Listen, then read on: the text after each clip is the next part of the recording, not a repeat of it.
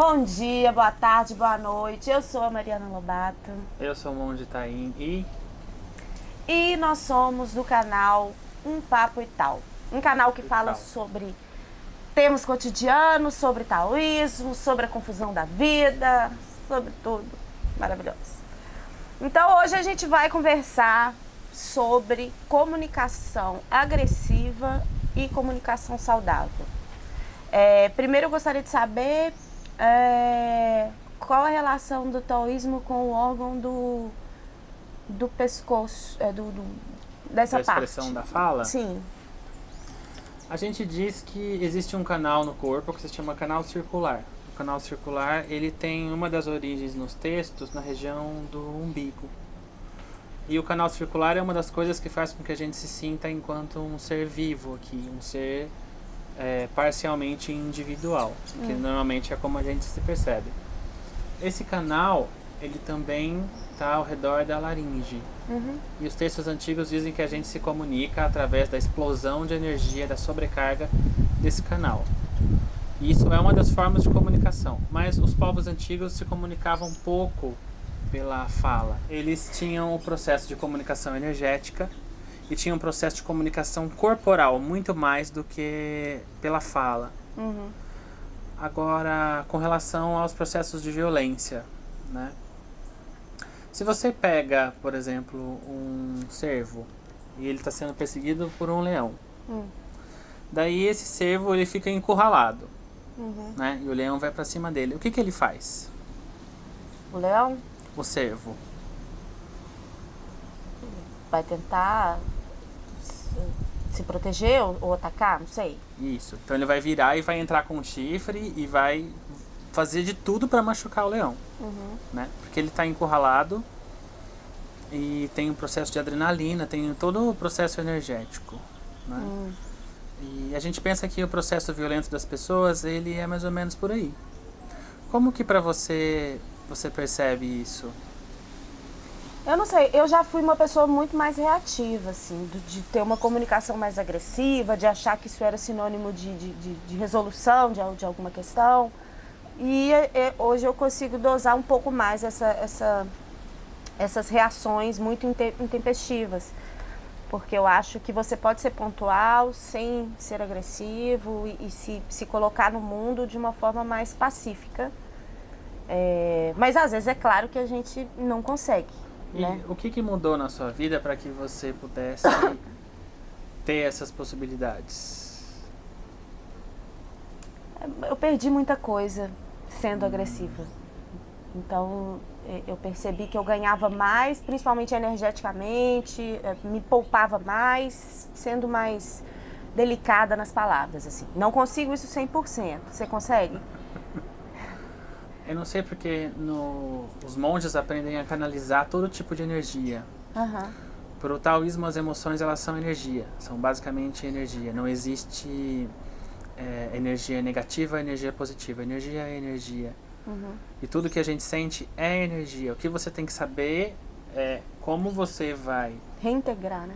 Reintegrar, organizar, encontrar o espaço para essas coisas. Pra gente a raiva ela é importante, o medo ela é importante. Eu acho isso maravilhoso. Todas as coisas são muito importantes. Tudo que você sente mostra um processo energético que está acontecendo no seu corpo. E esse processo energético, se a gente pensar fisiologicamente, isso é interpretado pelos hormônios, pelas substâncias que a gente joga na corrente sanguínea, que fazem toda a metabolização. Né? Raiva é movimento também, né? Também. E às vezes ela é importante. Sim. Para perceber que alguma coisa está em desequilíbrio, né? Ou em equilíbrio. Tem uma coisa que a gente chama de expurgo.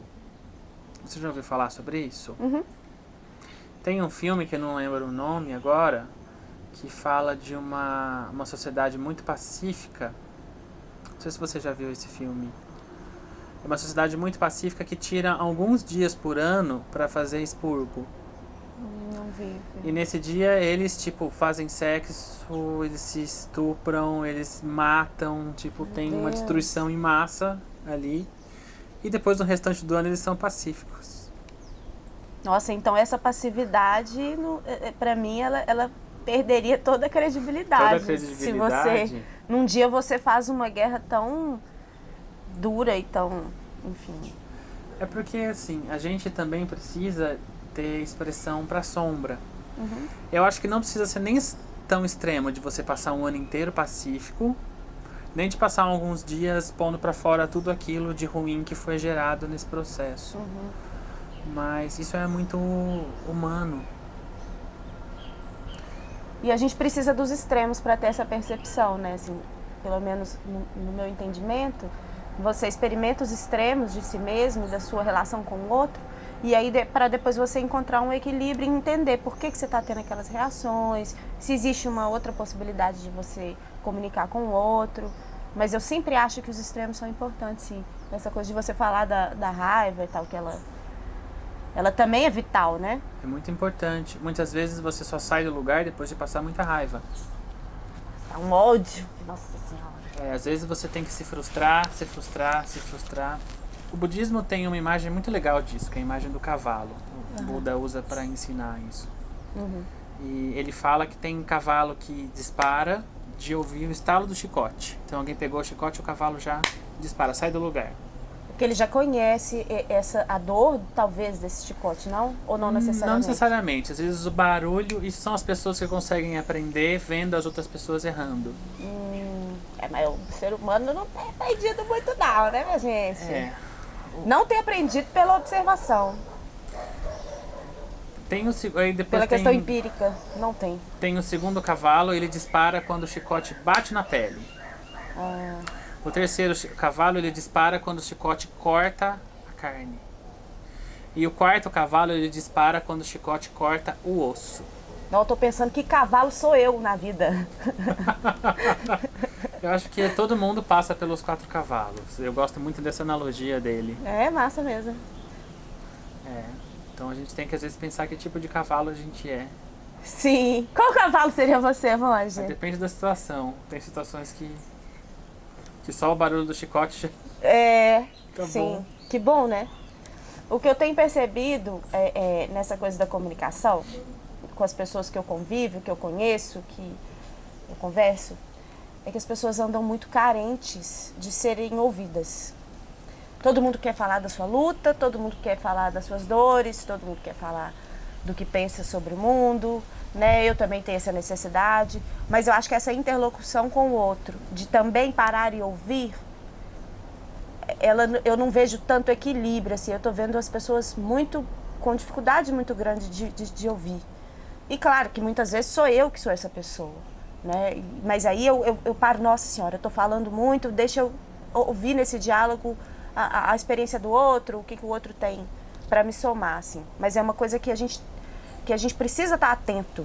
Porque, nossa, sabe aquelas pessoas que vêm e começam a falar da vida, e aquilo vai te sufocando, aí você vai fazer uma colocação, a pessoa te interrompe. Quer dizer, que tem a ver muito com o ego, né? Que a pessoa tá se dando uma significância muito grande a si mesma, a sua história, a sua existência e tal. E não quer saber da sua troca, não quer ouvir o que você tem a dizer. E eu acho que isso falta autopercepção, né, nessas pessoas, assim. E eu queria que você falasse um pouco desse excesso na comunicação. A gente tem uma prática Fanchi, que inclusive é uma prática central, que é considerada muito importante, que chama a prática do coração infinito. O coração infinito, ele se expressa pelo afeto. Então, afeto é você também acolher o que você sente, é você acolher a limitação que os outros seres têm, mas afeto não quer dizer gostar, não quer dizer concordar, não quer dizer que para você tá tudo certo, mas quer dizer que dentro do seu coração aquilo existe, assim como a terra dá nascimento para todas as coisas. Então na terra nascem os bichinhos, nasce pernilongo, nasce parasita, nasce tigre, nasce o ser humano, nascem as plantas, tudo tem espaço. No nosso coração também tudo tem que ter espaço. É bom porque é uma oportunidade de exercitar a tolerância, né, minha gente? Porque quando a pessoa começa a disparar e falar e te interrompe em qualquer colocação que você faz, é também uma oportunidade de a gente exercitar a tolerância e esse olhar para o outro um pouco mais generoso também, né? Que eu posso amar tanto alguém que eu quero não cruzar com essa pessoa para não desejar o mal dela. Isso também é uma forma de afeto. Ótimo. Eu te amo tanto que eu quero você absolutamente longe da minha pessoa. É o que é saudável. é uma forma de afeto também. Claro, E é tem saudável. relações tóxicas familiares também, tem mães que tem que passar longe, pais que tem que passar longe. Aham.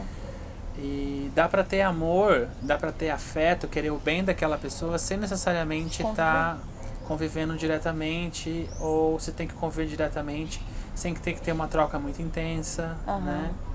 O problema dessa comunicação que você está falando é que normalmente as pessoas não param para se ouvir. Daí também vem a importância de fazer terapia muitas vezes. Eu né? fiz psicanálise muitos anos, adoro. É muito bom.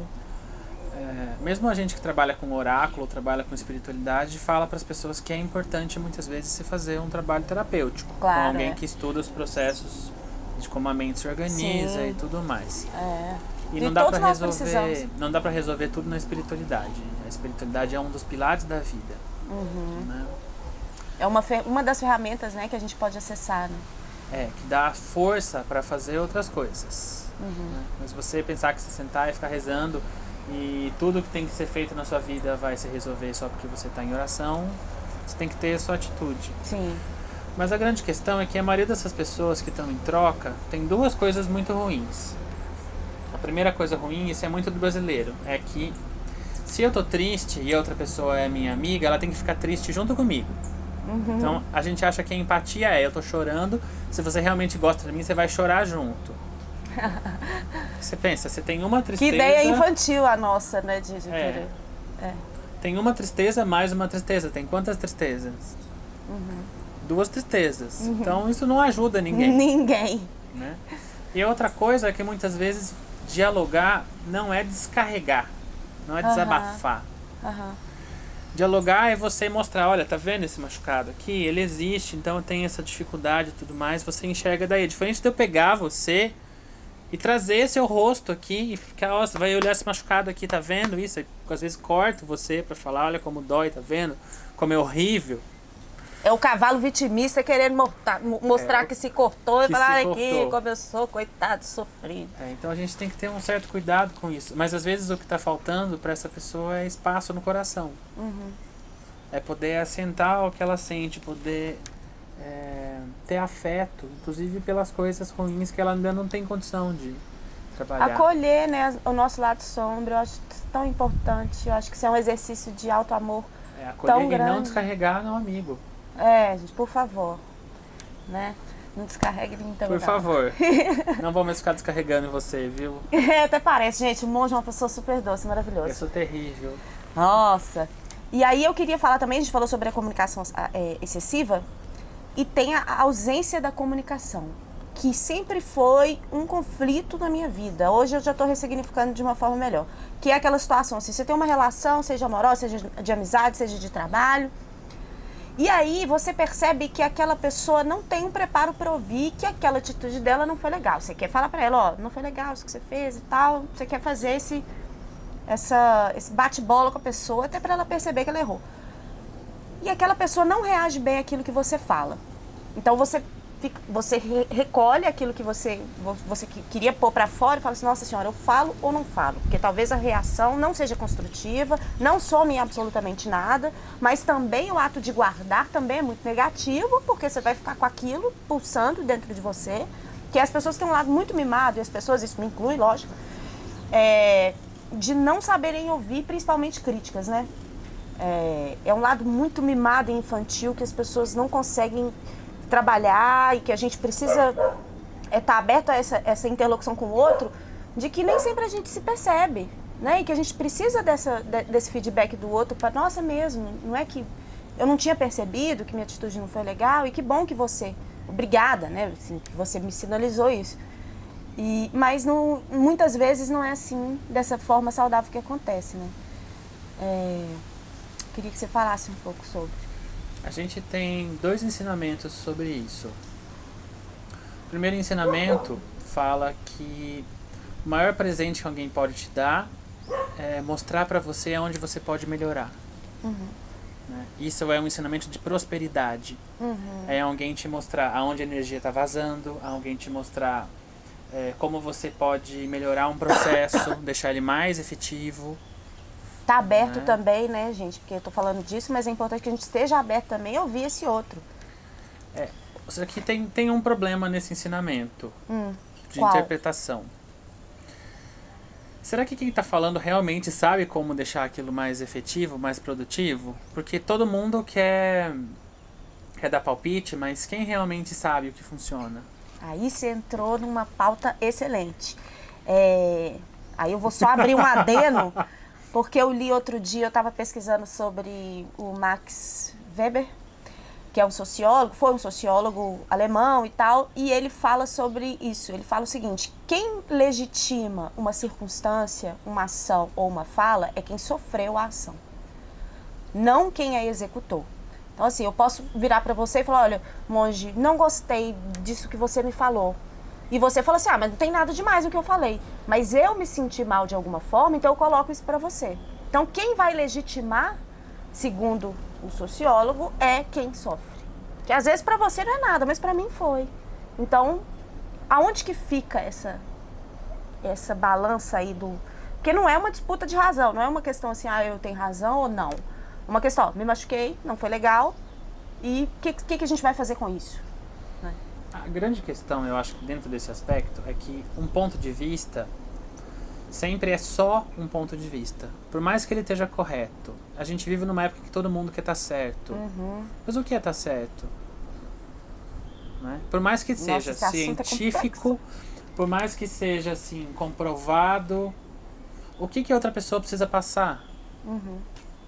Quais são as conexões, né, que ela faz para compreender aquele assunto em pauta, né?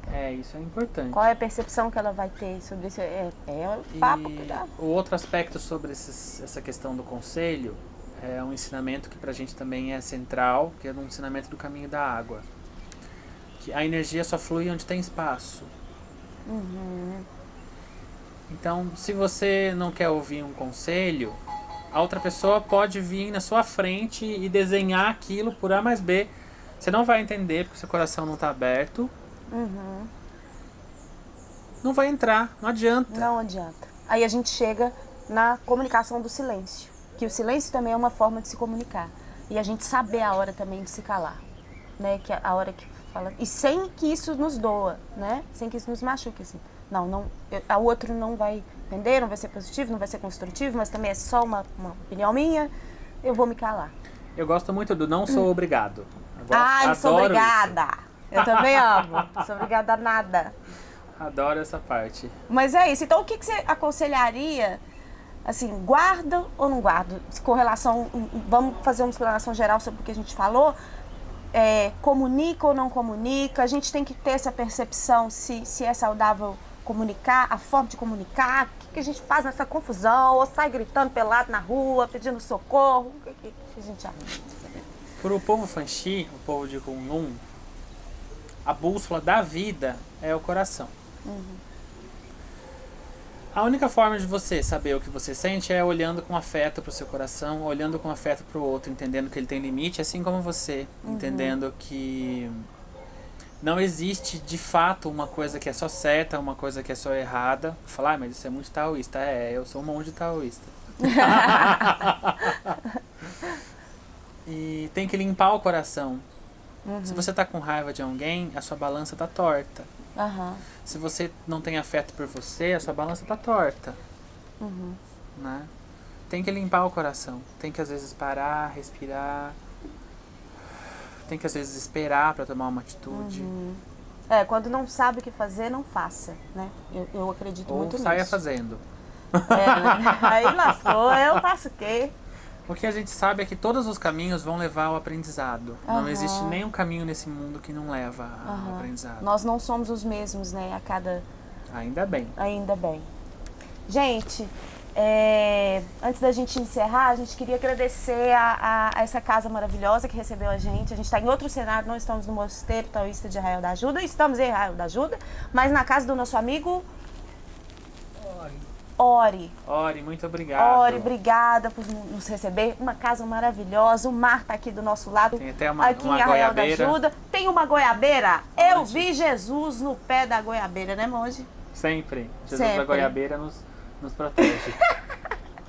Então é isso, gente. Muito obrigada. Vamos aí fazer mais vídeos. Daqui a pouco tem e-mail para vocês mandarem sugestões, perguntas para o monge, perguntas para não monge. E é isso. Obrigada. Até o próximo vídeo. Muito obrigado.